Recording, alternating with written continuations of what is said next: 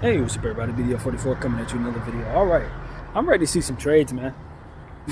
I'm not really sure if I'm coming here to tell y'all what ideas I have for trades. I'm just winging it. But what I can say is it's a lot of trade rumors stemming around teams needing to make changes, and I'm ready to see the changes made. As a Laker fan who has one of those teams, especially us, but there's several others too. The Golden State Warriors. It's time to deal, man. It's time to wheel and deal. I think the Pelicans are a team that could really use a change there. It's just several teams, man, that just, if they want to get where they want to go, it's time to make some moves, man. Detroit's on another 5-game losing streak after going 27 or 28 in a row. They've won 1 out of their last 32 games. It's time to make a trade. Even if it's not a big trade, there needs to be a trade, man. So this is where it comes to mind for me. Teams like Washington can either stand to move on from some of the players that otherwise need to be winning right now. It's like Kyle Kuzma, guys like Jordan Poole who are on really ridiculous contracts and ain't getting nothing out of them. Not to say that's going to be an easy contract to move, but a team like the Boston Celtics looks like they're pretty good, but I think if they have 1 or 2 of the wrong injuries, they can go flying down the standings. They can't afford for Porzingis to go down for even a second, that kind of thing. Like, some of y'all teams think y'all in better positions than you are, man. And that's where I'm coming from when it comes to the NBA. Some of these teams need to make trades right here and now. If they don't, they're going to find themselves in a situation where they're relying too much on certain things to happen that may not necessarily pan out. Some of these expiring contracts, some of these dudes, maybe you want to re-sign them, maybe you don't need to. Maybe you're only as good as you're expected to be right now for going forward with some of these dudes, but you're going to have to pay them a little more. D'Lo, Tobias Harris come to mind. You just got to start wheeling and dealing a little bit to improve your situation, some of you teams, man. Some of the teams that have depth issues, some of these teams that want to be contenders, not quite. Sacramento, y'all can move a few guys and get a little better. Maybe incorporate at least some defense into your situation. These are the type of things that come to mind for me. I'm not overly enthused with just trading to be trading, but there are teams in this league that need to make some moves right now. And I just think it's time to do that. Probably the Golden State Warriors are number 1 on the list to me, man. Pick a timeline and go forward with it. If you got a team right now that you want to go forward with Klay Thompson and Draymond Green and Steph Curry still, then turn Moses Moody and Kuminga into Tobias Harris or something like that, so you can keep that timeline making more sense and have players that are a bit more ready for what you need. Turn those dudes into Pascal Siakam and give him his contract if that's what you're intentional on doing, although I don't think that makes a whole lot of sense. These are things that I just think you have to consider, because some of these teams are in no man's land, not doing really anything for themselves. And if you're comfortable being in no man's land and you're not doing your job correctly, Chicago. All right, it's time to give Kobe White the keys. Atlanta. It's time to give Jalen Johnson the keys. Like, these are things that these are not difficult things to figure out at all. And I ain't got no business holding on to DeJounte Murray. Ain't got no business holding on to DeAndre Hunter. These are guys that need to be elsewhere, man. I look at Charlotte. What are y'all doing? Are y'all going to pay Miles Bridges? If not, send him somewhere like one of those teams. Send him to the Warriors or something like that, or to the Lakers or something like that, where they really need what he does, and take back more young talent that makes more sense for your situation. Because there ain't no sense in you holding on to Miles Bridges through the trade deadline, only to lose him in free agency, which he's going to probably get the hell out of there finally. He's playing great. People think he's the worst guy in the world because of whatever happened off the court, but you can still get something for him. Trade him, man. This is the type of stuff that I'm thinking about in early January. After getting a nice little handful of the season, we got some of the worst teams we've ever seen playing right now. We had the Spurs and Detroit play a couple nights ago. Both of those teams had 5 wins apiece. No, not even 5 wins. But Detroit has 3 wins. And then Detroit lose by what? 15 points to a team that only has 5 wins. It's like, if you don't see the need to make trades, then it's you that needs to go. That's what I say to Detroit. It's the GM that needs to be out of there. It's the coach that needs to be out of there. You know, I'm listening to Detroit fans. I don't watch y'all very much. I've watched enough of y'all to know that Isaiah Levers needs to probably be in the G League, man. I know I've watched enough of y'all to know that Isaiah Stewart is somebody who should be somewhere else. He should be traded somewhere, the Celtics or something. I watch enough of y'all to know that Alec Burks ain't helping nobody over there at all. He's not a good player for y'all. Warriors, Corey Joseph. Get him out of there, fam. Turn him into cash consideration or something. Get him out of rotation to give more of those minutes to Moody. Give more of those minutes to those players. Trade Andrew Wiggins. You know he's falling off a cliff for you. He's back to being the Andrew Wiggins from Minnesota that wasn't any good. Get him the hell out of there and give more minutes to Moody and Kuminga. Like, these are things that just needs to be said, man. These are things that just need to be said. Okay? Enough. Some of y'all GMs is getting paid millions of dollars to be not very good. And this is what I've said about the Chris Paul contract. You see where it is? Do you see why you just let Washington more or less stretch that thing? You don't take Chris Paul back at no absorbent amount in 2023, 2024. You know damn well that's a contract that nobody would otherwise take but you. This is what I'm saying about the Zach LaVine contract. I'm not trading for the Zach LaVine contract. Why? Because nobody wants it. Make Chicago either hold on to it or waive it or stretch it. Literally. Because what ends up happening is you bring it to you and you end up having people like Corey Joseph in regular rotation because your team is trash. And you don't have the talent based on the fact that this guy's eating up all the cap, just like we said last week in one of our videos. So, like, these are the type of things that need to, like, yeah, we got to get some of this up out of here, man. Some of this has got to go. New York, you're not where you want to be as of yet. No Giannobi trade was good.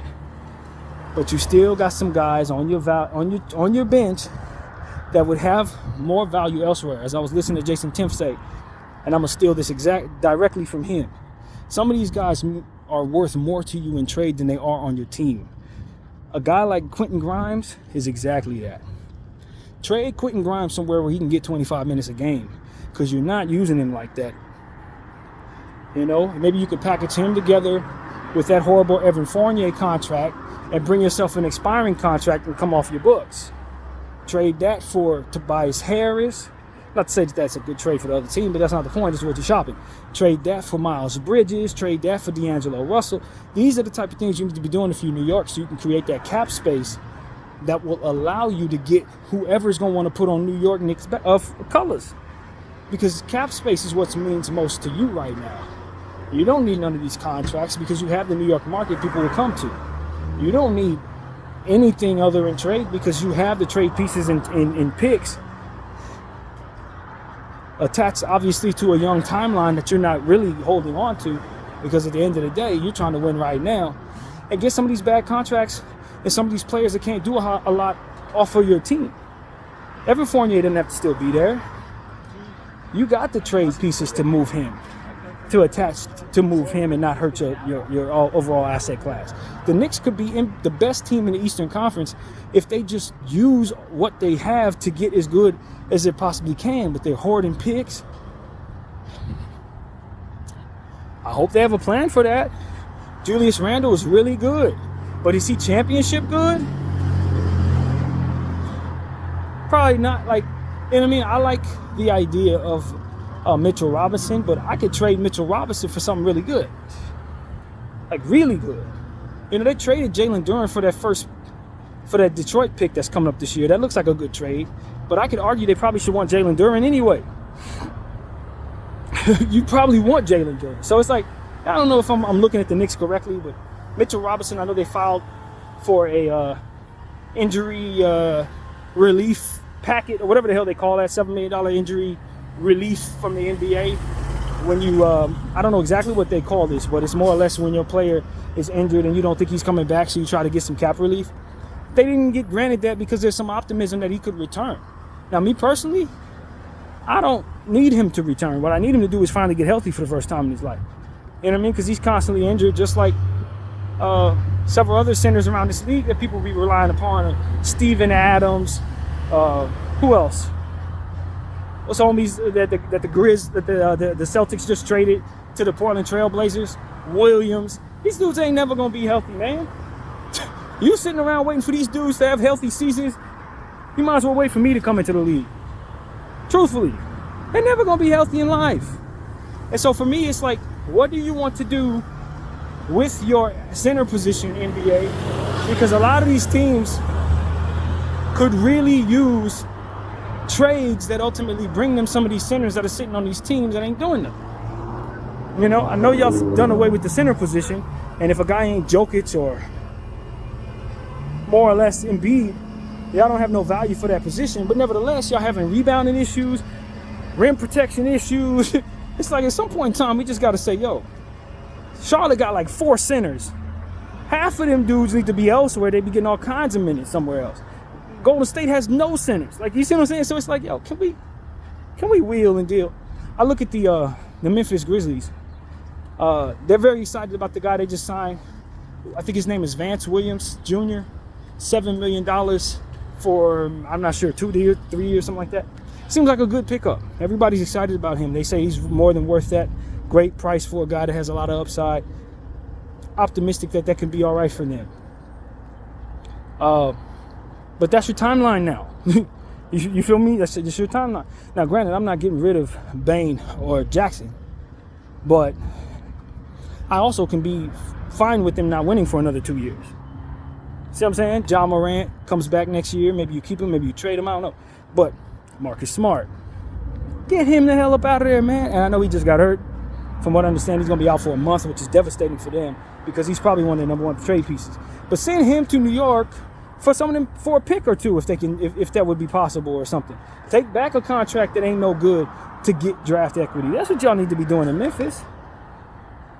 You know what I'm saying? Like, seriously. Because your timeline's in the tweener area with no Ja and no path to really being successful without Ja. So what do you need to do? Get more successful without Ja. Brandon Clark. Move that as soon as possible. I know y'all like Brandon Clark. He's a hell of an offensive rebounder, very athletic when he's healthy. Is he ever healthy? No. Move that. Move that. It's why your team sucks, because you gave too much money to too many guys that are not reliable to stay healthy, and they not. Simple as that. You got Ja on a big contract, Bane on a super big contract, JJ on a big contract, Brandon Clark on a big contract. Where's all the talent coming from? This is why you got players on the team that can barely do anything. So these teams need to just be more respectful of their cap. Chicago, waive that Lonzo Ball contract, fam. He ain't coming back no time soon. Boy, eating up all that damn cap money. You got the Zach LaVine contract. Maybe you don't even get a chance to move that. You got Vucevic contract. He's good, but not that damn good to be eating up all my cap. You're in no man's land because you're not good enough to win a championship, and you're not bad enough to get a first overall pick. Get out of there. Get out of no man's land. You don't have to stay there. That's the problem with a lot of these GMs. They evaluate talent the wrong way. They bring in scrubs that can't play worth a damn. Get out of those situations. Your team can be so much better if your GM would just relieve you of these dudes that can't play worth a damn.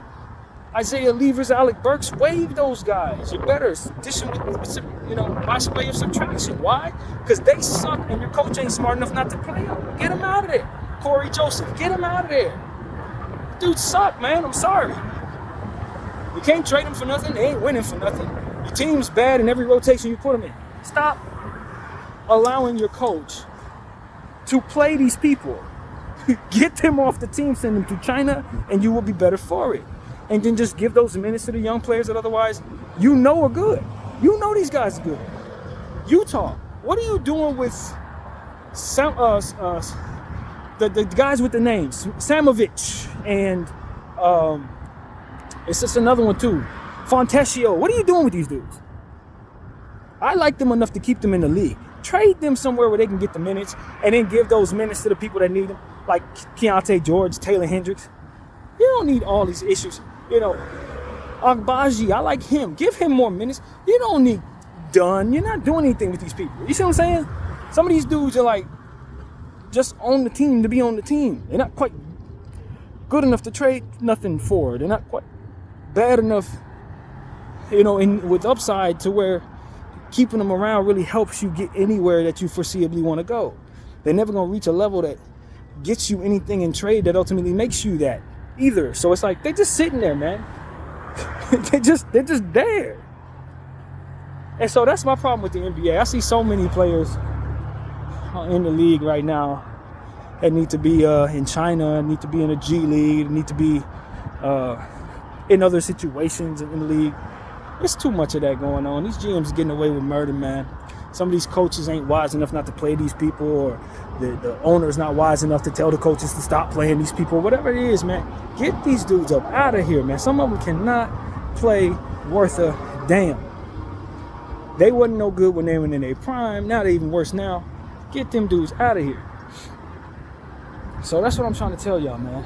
I'm sick of what I'm seeing in the NBA. It's too much ineptitude, not based on anything other than inept coaches and GMs and owners and a bunch of people who say, yeah, this guy can go. No, he can't. He just has a really, really savvy manager representation that can sell the fact that this dude is better than he is.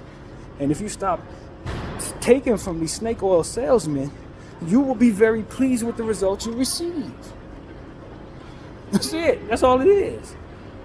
So that's my point of view, man. I'm perturbed, man. I'm looking at a bunch of garbage. Phoenix Suns, they got a bunch of garbage on their bench, unfortunately. And it ain't really garbage, because if you saw these guys in other situations, they were better. It's just when you put them all together, you can't have them relying upon one another. And then you give them a coach like Frank Vogel, who ain't, he ain't thinking like that. So he gonna play these dudes regardless they can play or not, and just live with the results and end up sucking. Your team's trash. You got all these Hall of Famers on the team and it ain't no good. Why? Because the role players don't fit.